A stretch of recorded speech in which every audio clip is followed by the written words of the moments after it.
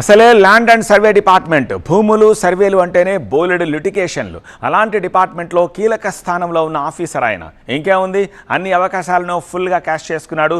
ప్రతి డీల్కి ఒక రేటు కట్టి ఏ సంతకానికి ఎంత పర్సంటేజో ఫిక్స్ చేసి అడ్డంగా జేబులు నింపుకున్నారు. ఇప్పుడు ఏసీబీ ఎంటర్ అయ్యేసరికి మొత్తం అవినీతి గుట్టంతా బయటకు వస్తోంది. ఇంట్లో మంచాల కింద అటకపైన బీరువాల్లో ఎక్కడ చెయ్యి పెట్టినా డబ్బే కనిపిస్తోంది. దీనికి తోడు ఫ్లాట్లు, పొలాలు, ఇతర బాండ్లు, లెక్కలు ఇంకా చాలా ఉన్నాయి. ఎన్ని లాకర్లు ఉన్నాయో, వాటిలో ఎంత దాచారో ఇంకా తేలలేదు. చూస్తుంటే ఇదంతా లెక్కట్టాలంటేనే ఇంకొక రోజు సమయం పట్టేలాగా కనిపిస్తోంది. శంకరన్న వసీసాబు Govind Shankaranna. Land and survey deputy director Narahari కేసులో మరో కోణం ఏమిటంటే రియల్ ఎస్టేట్లో పెట్టుబడులు పెట్టడం. నారాయణగూడ రిమాక్స్ రియాలిటీ ఛాంపియన్ ఆఫీసులో ఈయన పెట్టుబడులు పెట్టినట్టు గుర్తించారు. ప్లాట్లు, ల్యాండ్స్ కొనుగోలు, అమ్మకాల వ్యాపారం నిర్వహిస్తున్నట్లు కొంత డేటా దొరికింది. ఫినాన్స్ రూపంలో భారీగా రుణాలు ఇచ్చినట్టు గుర్తించిన ఏసీబీ అధికారులు ఆ పత్రాల్ని సీజ్ చేశారు. నరహరి రియల్ ఎస్టేట్ లావాదేవీలపై పూర్తి స్థాయిలో ఫోకస్ పెట్టారు. ఏసీబీ సోదాల్లో ఇప్పటివరకు 1,40,00,000 నగదు స్వాధీనం చేసుకున్నారు.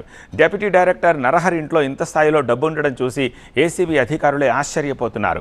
ఆదాయానికి మించిన ఆస్తులున్నాయని ఫిర్యాదులు అందడంతో డీఎస్పీ శ్రీధర్ ఆధ్వర్యంలో ఛత్రినాక, సుచిత్ర, టీఎన్జీఓ కాలనీ, హస్తినాపురంలో ఇలా మొత్తం 11 చోట్ల ఏసీబీ సోదాలు కొనసాగుతున్నాయి. దాడులకు సంబంధించి డీఎస్పీ ఏమంటున్నారో మా ప్రిన్సిపల్ కరెస్పాండెంట్ జ్యోతి అందిస్తారు. డిప్యూటీ డైరెక్టర్ నరహరి ఇంట్లో ఏసీబీ అధికారుల సోదాలు కొనసాగుతూ ఉన్నాయి. అక్షరాల 1,40,00,000 రూపాయలను స్వాధీనం చేసుకున్నారు ఏసీబీ అధికారులు. ఈ మధ్యకాలంలో జరిగినటువంటి సోదాల్లో ఏకంగా 1,40,00,000 రూపాయలకు సంబంధించి దొరకడం ఇదే తొలి కేసుగా కూడా చెప్పుకోవచ్చు. ప్రస్తుతం ఈ అంశం గురించి మనతో మాట్లాడేందుకు ఏసీబీ డీఎస్పీ శ్రీధర్ గారు ఉన్నారు. ఒకసారి మాట్లాడదాం. శ్రీధర్ గారు, ఎంటైర్ ఏసీబీలో ఇప్పుడు ఈ 1,40,00,000 రూపాయలకు సంబంధించి ఇదే తొలి కేసు అనుకోవచ్చు, ఇంత పెద్ద మొత్తంలో పట్టుబడడం? నెట్ క్యాష్ ఈ మధ్యకాలంలో ఇదే ఎక్కువ నెట్ క్యాష్ పట్టుబడింది. అంటే సోదాల్లో భాగంగా ఇంకా ఎటువంటి అంశాలు మీరు స్వాధీనం చేసుకోవడం జరిగింది? ఎటువంటి అంశాలకు సంబంధించి పూర్తిగా ఆధారాలు సేకరించడం జరిగింది? నగదు కాకుండా బంగారం కూడా దాదాపు 1 కేజీ ఉంది. అది కాకుండా బ్యాంక్ ఫిక్స్డ్ డిపాజిట్స్ కూడా 1 crore పైనే ఉన్నాయి. తర్వాత 2 లాకర్స్ కూడా ఉన్నాయి. తర్వాత ప్రాపర్టీ డాక్యుమెంట్స్ కూడా ఉన్నాయి. అవన్నీ వెరిఫై చేస్తాం. అంటే ఇతను ఒక రియల్ ఎస్టేట్ కంపెనీని స్టార్ట్ చేశారు, అందులో పెట్టుబడులు పెట్టారంటూ కూడా వస్తూ ఉన్నాయి. ఆ అంశాలకు సంబంధించి ఏమన్నా విచారించడం జరిగిందా? అది ఇన్ఫర్మేషన్ ఇప్పుడే వచ్చింది, ఇంకా అతన్ని విచారించలేదని విచారిస్తాను. అంటే ఇంత నెట్ క్యాష్ ఇంట్లో ఏ రకంగా భద్రపరిచాడు, అసలు ఎందుకోసం ఇంట్లో ఉంచుకున్నాడని చెప్తున్నారు? తను పైన అల్మరీ పైన కప్బోర్డ్లోనే పెట్టేశాడు. అదే యాక్చువల్లీ ఒక అపార్ట్మెంట్ నేను అమ్ముతున్నాను, ఆ అపార్ట్మెంట్ గురించి అని అడ్వాన్స్ ఇచ్చిపోయారు అమౌంట్ అని చెప్తున్నారు. అతను కూడా పిలిపించి ఇంకా విచారించాల్సి.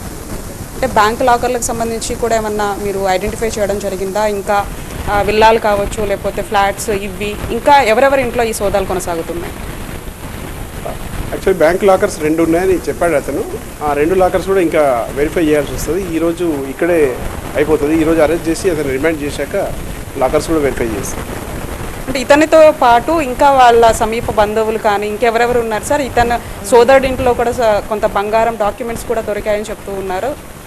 సోదరుడి ఇంట్లో కూడా దొరికినా కూడా ఈతని పేరు మీద లేవు కాబట్టి అది వెరిఫై చేయాల్సి వస్తుంది. ఇంకా మేము తర్వాత క్లోజ్ రిలేటివ్స్ అంటే కూతురు కూడా బెంగళూరులో ఉంటారు, కొడుకు ఆస్ట్రేలియా బయట ఉంటారు, వాళ్ళు ఇద్దరు కూడా. కాబట్టి వాళ్ళ పేరు మీద ఉన్న డాక్యుమెంట్స్ కూడా వెరిఫై చేస్తుంది. అంటే ఈ మధ్యకాలంలో ఏసీబీ సోదాలకు చూస్తూ ఉంటే ప్రభుత్వ శాఖల్లో ఉన్నటువంటి కీలక హోదాల్లో ఉన్నటువంటి వారిని ఏసీబీ ఒక రకంగా వాళ్ళ మీద దూకుడు పెంచిందని చెప్పుకోవచ్చు. ఈ అంశాలకు సంబంధించి ఏం చెప్తారు సార్? యాక్చువల్లీ ఇంతకుముందు ఎక్కువ ట్రాప్ కేసెస్ అనేవి జరుగుతుండేది. ఈ మధ్యగా ట్రాప్ కేసెస్ ఏంటంటే పెద్ద లెవెల్లో ఒక లెవెల్ అధికారులు ట్రాప్ కేసులకు చిక్కరు, వాళ్ళు డైరెక్ట్ మనీ తీసుకోరు. కాబట్టి ఇట్లా డిఏ కేసెస్ చేసినప్పుడు వాళ్ళు కూడా పట్టుబడుతుంటారు, తప్పనిసరిగా వాళ్ళు చేస్తారు.